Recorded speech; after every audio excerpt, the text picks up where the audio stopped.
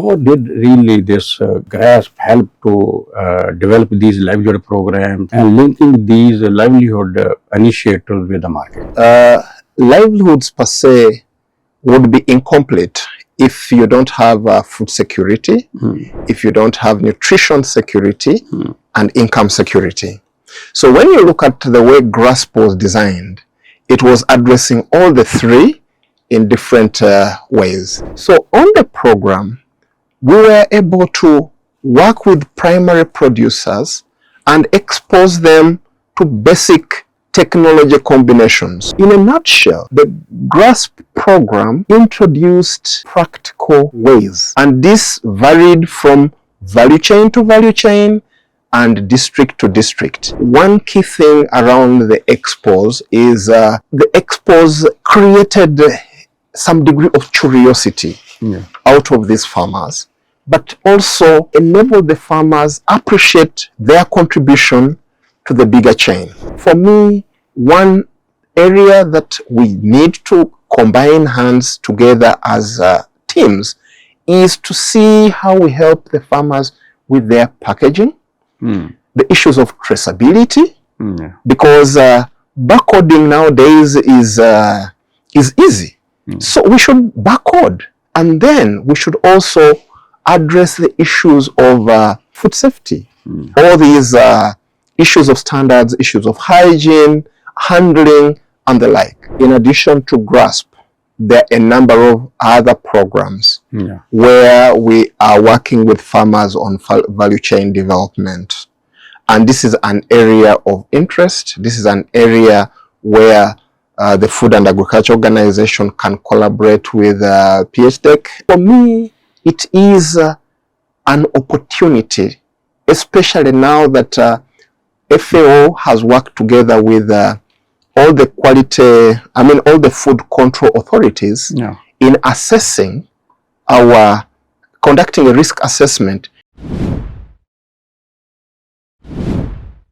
Viewers, we are today with Mr. James Robert Okomoth. He is currently office in charge of Food and Agriculture Organization in Pakistan. Professionally, he is an economist, and he has a very vast experience of program development and management, former institutional building and advisory services, emergency operations, and community resilience. He has been the Food and Agriculture Organization of the United Nations for many years. He is in Pakistan from last 3 years. He served in mega projects like GRASP, as well as a new initiative that is strengthening livestock sector in Balochistan. We welcome you, sir, in our podcast today, and it is a privilege for us that you are with us, and we would like to first ask that what is really GRASP? What is the scope of this project? Who are the partners? From where the funding source came or invested in this project? And how really it integrate with different Pakistan institutions as well as international organizations. Yes, please. Thank you very much for having me. Indeed, I'll begin by saying that the Food and Agriculture Organization of the United Nations has excellent collaboration, of course, with PHDEC. Now, coming back to the question, GRASP was an EU-funded program that was implemented by a consortium of partners led by the International Trade Center. It was co-implemented with PPF, SMEDA, and FAO. In terms of reach, the GRASP was implemented in 2 provinces of Sindh and Balochistan, and we operated in 21 districts in these 2 provinces. GRASP was largely designed to strengthen competitiveness and resilience of smallholder agribusinesses. So we mainly worked with the primary producers, helping to transform them into small and medium enterprises. We also had a very strong component on empowering women entrepreneurs. because the whole idea is to make sure that the entire value chain has different stakeholders, and the idea is to strengthen all the different segments of the value chain.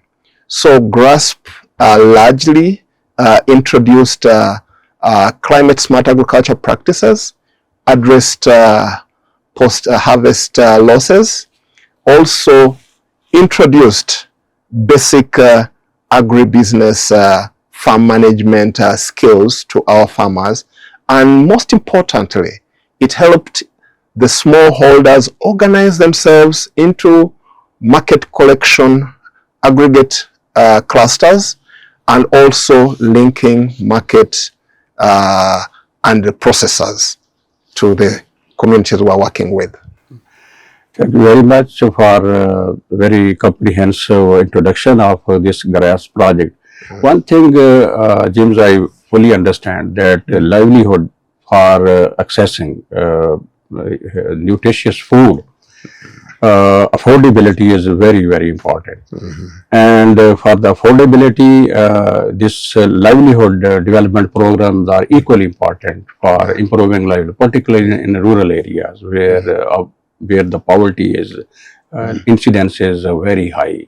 Yes. Especially when we talk Balochistan and Sindh provinces, we know the importance of livelihood development program. So how did really this GRASP help to develop these livelihood programs and linking these livelihood initiatives with the markets? Okay, thank you very much. Livelihoods per se would be incomplete if you don't have food security, if you don't have nutrition security, and income security. So when you look at the way GRASP was designed, it was addressing all the three in different ways. One, we began by looking at the underlying challenges that were affecting production and productivity. And when you look at both Sindh and Balochistan, one basic problem was skills. Number two, issues of pest management, post-harvest management, and value addition. So this is the core that GRASP was addressing. So on the program, we were able to work with primary producers and expose them to basic technology combinations that they were able to, that would enable them, one, get maximum yield or at least enhance their yield. Number two, technology combinations that help them minimize pests and diseases, and technology combinations that enable them to have good quality products. The second thing was to address the issue of organizing themselves into a cluster. So we came up with various clusters, working with different value chains, and the whole idea here was to get the critical mass that would enable them benefit from good negotiation with traders. The other thing is we enhanced value addition. Now, when you talk of a nutritious meal is not just about diversity, it is also about how you prepare that food, how you store that food. So these were some of the low-hanging fruits that GRASP attended to, and I'm very proud to say that for the 32,000 farmers, households that we worked with, there is a change, one in practice, but attitude, because good food is also an issue of attitude for wanting nutritious food. Yeah. Yes. Another aspect in your program that I was trying to understand, it was about climate resilience, because you see Balochistan is a drought-prone area, and also as it happened in 22, even floods also hit these areas. Same is the case with you see Sindh. Sindh, the underground water is not suitable, so water is very scarce in that region. Salinity level is very high, and so really in this program, how these the climate resiliences are incorporated among the participating communities. Climate change is here to stay, and we need to help our communities to adapt to all these changing problems, because the problems are increasingly becoming frequent, but also they're becoming more complex. So by design, GRASP was meant to introduce climate smart agricultural practices, right from the type of seed that is being grown and the type of farming practices that were being followed. So under GRASP, we had a number of practices that we introduced that were climate smart in nature. One of the key things which we learned after the 2022 floods, because during the 2022 floods, most of the farmers lost all the seedlings that were in their nurseries. And we lost an entire crop that season. So we introduced use of seedling trays. This was a simple, low-cost technology that even if there was a flood, you only carry your trays with all your seedlings for the next season to a higher level. And this is highly adopted by many farmers, because most of the onion and tomato farmers are able to establish their nurseries, not necessarily in the field, but on these trays. We also introduced combinations that farmers could use in terms of integration to be able to address not only the pest, but also water runoff. So in a nutshell, the GRASP program introduced practical ways, and this varied from value chain to value chain and district to district. Coming to Balochistan, water is hardly available.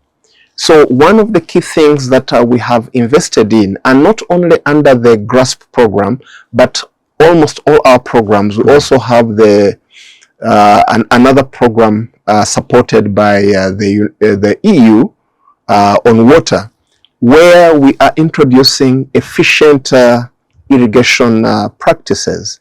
Also, we are introducing and promoting the use of tunnel crop production. So for most of our horticultural crops, especially the onions, the vegetables, many of the farmers have adopted a long existing practice of using tunnels.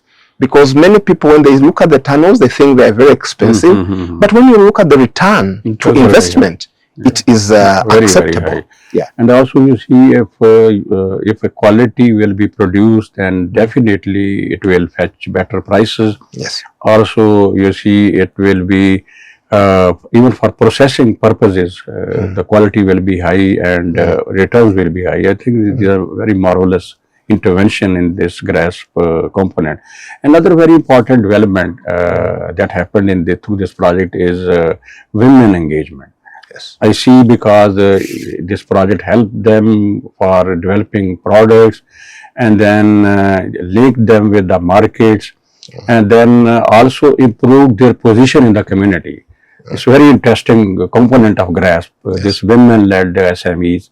So would you like to share some details, Yes. how it happened and how successful it was? No, thank you for this question, because I've always told people that the future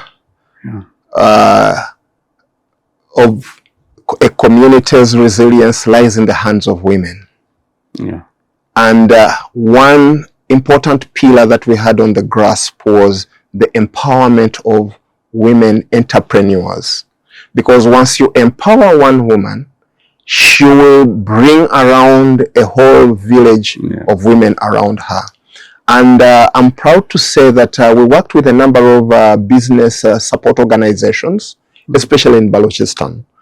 we had up to 10 business support organizations where we're able to support in excess of 1,000 women entrepreneurs. Yeah. And these women were given tailored skills. Also, they were provided financial literacy, mentorship. They were helped with simple tools for value addition. For a long time, wool in Balochistan was being thrown away. But when we worked with some of the women entrepreneurs and we provided them with simple tools that enable them have good quality wool, we also took them through hands-on training on how to transform their wool into important products. And these women are making money.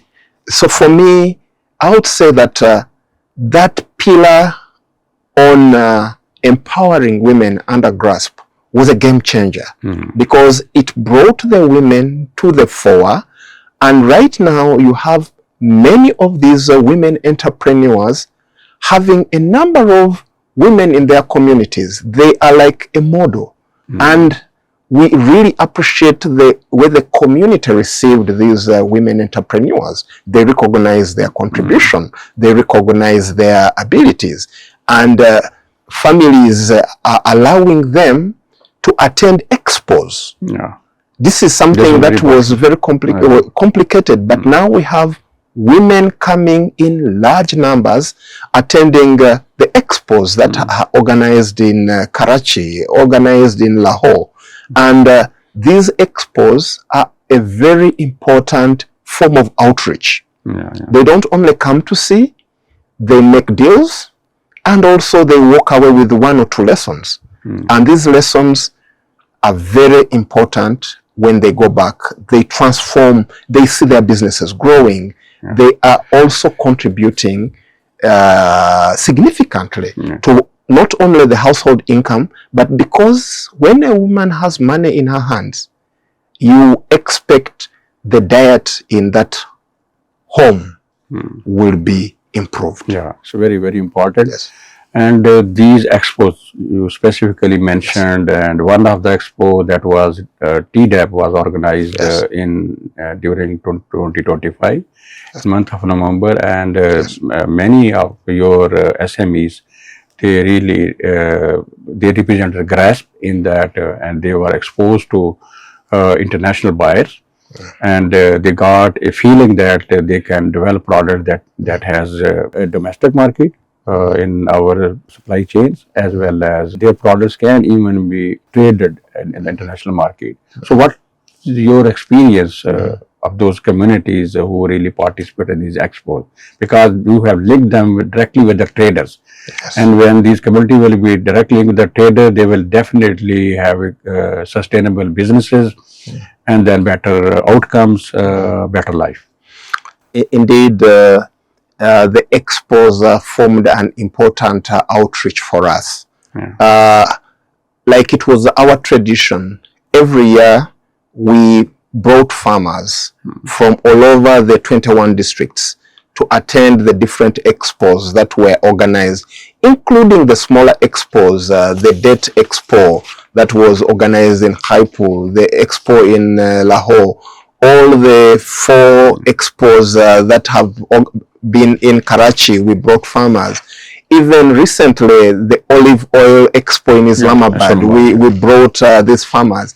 Now, one key thing around the expos is the expos created some degree of curiosity out of these farmers, but also enabled the farmers appreciate their contribution to the bigger chain. When farmers come and see how people are interested in the products they have brought, that changes how they look at their own production. They see the value they are contributing. So over the years, we brought over 3,200 farmers to these expos. And the November Expo in particular was important because it brought out a cumulative set of experiences that farmers, because every year the farmers improved in terms of their packaging, in terms of their presentation of the products, in terms of the aggressiveness, in terms of engaging. You know, you could see it improving by there. And last year in November, I think we witnessed a very interesting but also active engagement from especially the women farmers. We had women that came from Balochistan. I think they had dairy products. Yeah. And the way they were quite aggressive in how they were presenting their products and explaining. The one area that we need to continue improving is the packaging of our products. Yeah, it's very important. To meet the international buyers' interests. Yeah. Because even with the type of packaging they were having, we had so many farmers getting contracts with local buyers, local supermarket chains. We have a number of chains that now are working with our farmers, including Imtiaz, where a number of our farmers are benefiting because this is the only way we can help smallholders, especially when we begin with our own big buyers, hand-holding the small farmers that are striving to meet the standards. So for me, one area that we need to combine hands together as teams is to see how we help the farmers with their packaging, the issues of traceability, because barcoding nowadays is easy. So we should barcode, and then we should also address the issues of food safety, all these issues of standards, issues of hygiene, handling, and the like. James, another thing we were discussing about future kind of collaboration with these GRASP SMEs, both women and male oriented.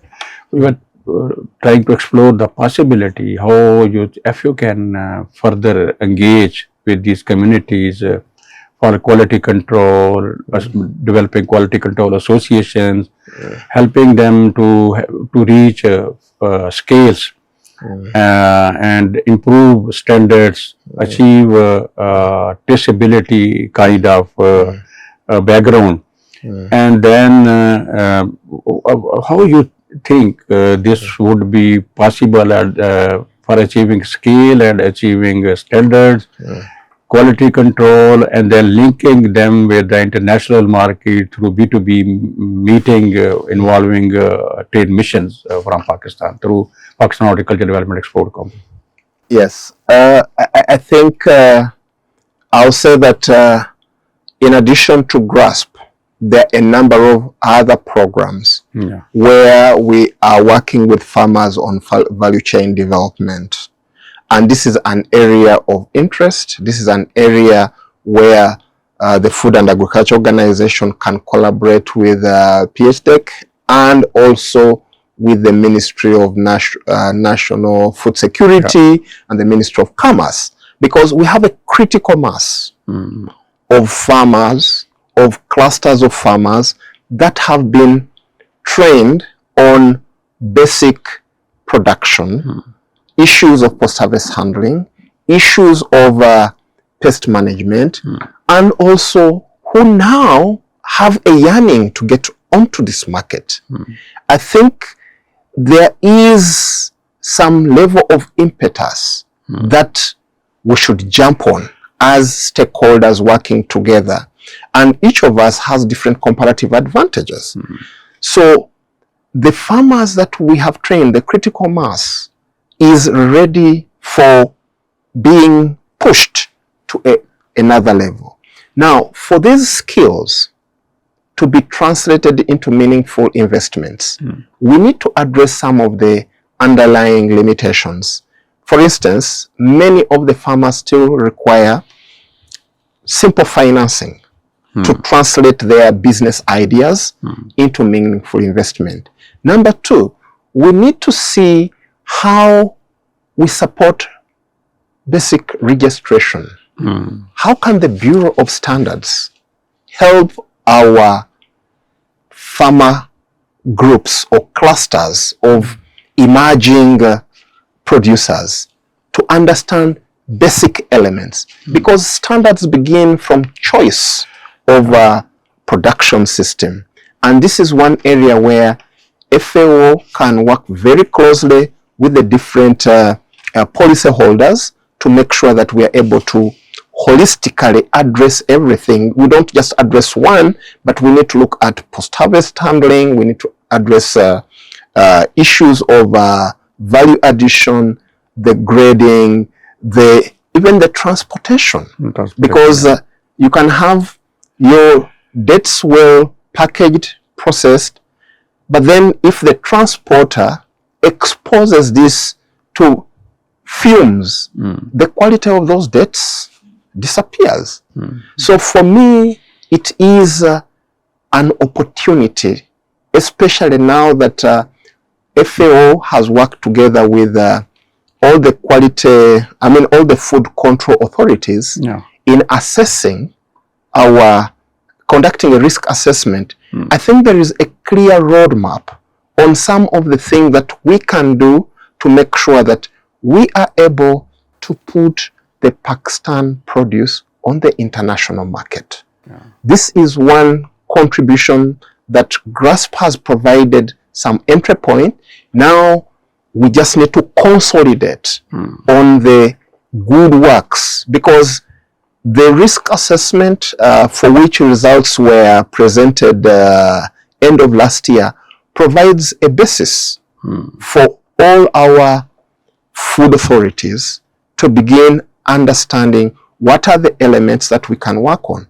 But while we work on the regulatory aspects, we also need to look at what are the issues that the ordinary primary producer needs to integrate in his day-to-day. So our training materials need not only to look at agronomy, but they should also look at issues of hygiene, issues of safe food, issues of nutritious food. How do we make sure that whatever is reaching on the market has the nutritional integrity that it is meant to have? I think at the end, I'm very thankful to you, James. You are with us, and I think our viewers will immensely benefit from this discussion on this GRASP project initiatives. And the second part of the GRASP is very important: sustainable growth. Yes. So, if for sustainable growth, PHDEC and FAO will be working together and ensuring that what has been achieved in this project so far, it should be further channelized and to link these SMEs with the domestic markets, while as you rightly mentioned, quality control, standards, risk assessment, as food safety aspect of these products and traceability. So thank you very much again, and further collaboration will be very beneficial for the communities both from Balochistan and Sindh.